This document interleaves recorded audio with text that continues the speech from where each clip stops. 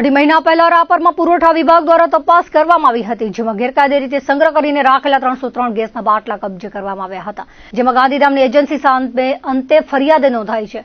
9મી એપ્રિલના જિલ્લા પુરવઠા અધિકારી અને રાપરના મામલતદાર સહિતની ટીમ દ્વારા નૂતન ચિત્રોડ ખાતે ખુલ્લા પ્લોટમાં બનાવેલ 3 ઓરડીમાંથી 303 ગેસના બાટલા કબજે કરવામાં આવ્યા હતા। આ જથ્થો ગાંધીધામની નવનીત ગેસ એજન્સીને હતો। 8,46,000 ગેસના બાટલા કબજે કરવામાં આવ્યા હતા, જે બાદ પુરવઠા વિભાગ દ્વારા સંબંધિતોના નિવેદન લેવાયા બાદ ફરિયાદ નોંધાવાઈ છે। ગાંધીધામની નવનીત ગેસ એજન્સી અને રાપરના અયોધ્યાપુરીના નવનીતભાઈ ધર્મશીભાઈ માલી વચ્ચે કરાર થયો હતો, જે અંતર્ગત નવનીત ગેસ એજન્સી દ્વારા નવીન માલી પોઈન્ટ ઓફ સેલ ખાતે રાપરમાં ગેસની બોટલ પહોંચાડવામાં આવતી હતી। જોકે સ્થળ પર ફાયર સેફટીના કોઈ સાધનો ન હતા, સાથે મોટા પ્રમાણમાં ગેસના બાટલાનો સંગ્રહ કરી તેના હિસાબ કે રેકર્ડ ન નિભાવી પ્રવાહી પેટ્રોલિયમ ગેસની જોગવાઈનો ભંગ કર્યો હતો, ગેસ સિલિન્ડરના નિયમોનું ઉલ્લંઘન કર્યું હતું। નિવેદનો અને તપાસ બાદ રાપરના મામલતદાર હમીરભાઈ બોજાભાઈ વાઘેલા દ્વારા નવનીત ગેસ એજન્સી ગાંધીધામના ભાગીદાર કાશ્મીરાબેન નવનીત આચાર્ય, મેનેજર રસેશ નવનીતભાઈ આચાર્ય અને રાપરના નવીનભાઈ ધર્મશીભાઈ કોલી સામે ફરિયાદ નોંધાવાઈ હતી। આવશ્યક ચીજવસ્તુ ધારા હેઠળ ગુનો દાખલ કરી પોલીસે આગળની કાર્યવાહી હાથ ધરી છે।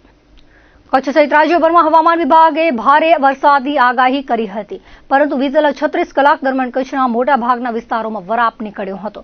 ગઈકાલે દિવસભર મેઘ વિરામ બાદ આજે બપોર સુધી એક પણ તાલુકામાં વરસાદ નોંધાયો ન હતો।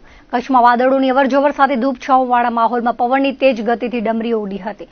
હવામાન વિભાગે પોતાના સાપ્તાહિક વર્તારમાં કચ્છમાં 25મી જૂન સુધી વરસાદી માહોલ સાથે હળવા મધ્યમ વરસાદની આગાહી કરી છે, જેમાં 22 સુધી હળવાથી મધ્યમ વરસાદ, ત્યારબાદ 23 થી 25 સુધી જિલ્લાના કેટલાક વિસ્તારોમાં ભારે વરસાદ થવાની સંભાવના દર્શાવવામાં આવી છે। ધૂપછાંવના માહોલમાં મહત્તમ તાપમાનમાં ઘટાડો થયો છે। જિલ્લાના મથકો પર મહત્તમ તાપમાન 34 ડિગ્રી આસપાસ નોંધાયું હતું, જોકે હવામાં ભેજના ઊંચા પ્રમાણથી બફારો યથાવત રહ્યો હતો। કચ્છ ગુજરાતમાં 2 વરસાદી સિસ્ટમ સક્રિય હોવાથી સપ્તાહ દરમિયાન વરસાદી માહોલ યથાવત રહેવા સાથે છૂટોછવાયો વરસાદ થવાની સંભાવના છે।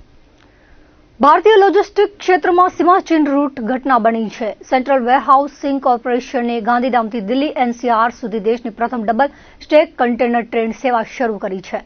ઐતિહાસિક ટ્રેનને ગાંધીધામ રેલવે સ્ટેશન પરના કાર્ગો શેડથી પ્રસ્થાન કરાવાયું હતું, જે CWCની એક અનોખી અને દૂરંદેશી પહેલ છે।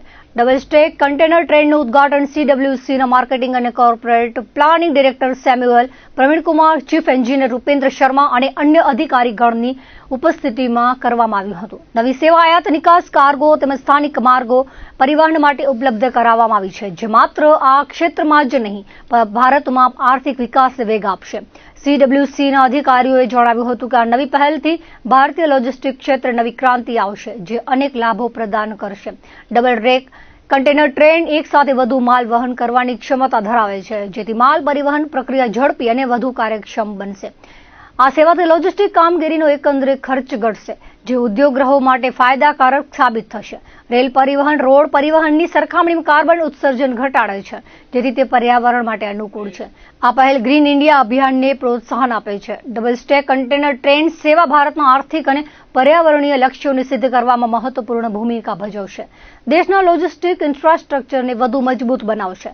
ટ્રેનના પ્રારંભ પ્રસંગે અમદાવાદના પ્રાદેશિક મેનેજર જે નવુકરાસુ, જયપુરના પ્રાદેશિક manager prince Kumar, deputy GM ધીરજ શર્મા, ડેપ્યુટી મેનેજર વિશાલ સિંહ, ટર્મિનલ મેનેજર વિક્રમસિંહ ઉપસ્થિત રહ્યા હતા। અંજારમાં વેલ્સફ્રન્ટ સબસ્ટેશનમાં 220 kV વીજ લાઇનના વળતર માટે અજાપર ગામના ખેડૂતોને આજરોજ આધાર પુરાવા સાથે રજૂઆત કરવા જિલ્લા સેવા સદન ખાતે બોલાવવામાં આવ્યા હતા। ગામના ખેડૂતોએ હાલ ચોમાસાની સિઝન ચાલી રહી હોવાથી પાકની વાવણી કરવાની હોવાથી સુનાવણી માટે 1 મહિનાની મુદત આપવા રજૂઆત કરી હતી। વેલ્સફ્રન્ટ કંપની દ્વારા DLVC દ્વારા અજાપર વિસ્તારની ખેતીની જમીનની કિંમત નક્કી કરવામાં આવી છે, જેની સામે ગામના ખેડૂતોએ વાંધો ઉઠાવી તેમને સાંભળ્યા વગર એકતરફી નિર્ણય લેવા રજૂઆત કરી હતી। આ ઉપરાંત કંપની દ્વારા હાલ વીજ લાઇનનું કામ કરવામાં આવે છે, જેથી ખેડૂતો પોતાના ખેતરોમાં ખેતીને લગતું કામ કરી શકે તેમ છે, જેથી મોટું નુકસાન થવાની સંભાવના છે। કંપની દ્વારા લાઇન ઊભી કરાવવાની કામગીરી ચોમાસા બાદ કરવામાં આવે તેવી માંગણી અજાપર ગામના ખેડૂતોએ કરી હતી।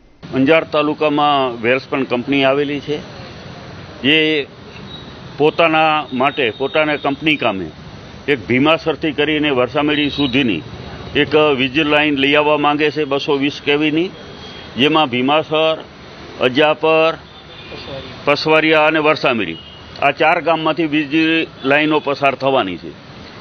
હવે વીજ લાઇનો પસાર થાય એમાંય કોઈની સામે વાંધો ન હોય, પણ એક ખાનગી કંપની છે તો આજે ખાનગી કંપનીની વીજ લાઈનો લઈ જવા માટે સ્વાભાવિક છે કે ખેડૂતો સાથે પહેલાં સંવાદ થવો જોઈએ, ખેડૂતો સાથે અરસપરસ વાર્તાલાપ થવો જોઈએ અને ખેડૂતોને અને કંપનીએ સમજી લેવું જોઈએ.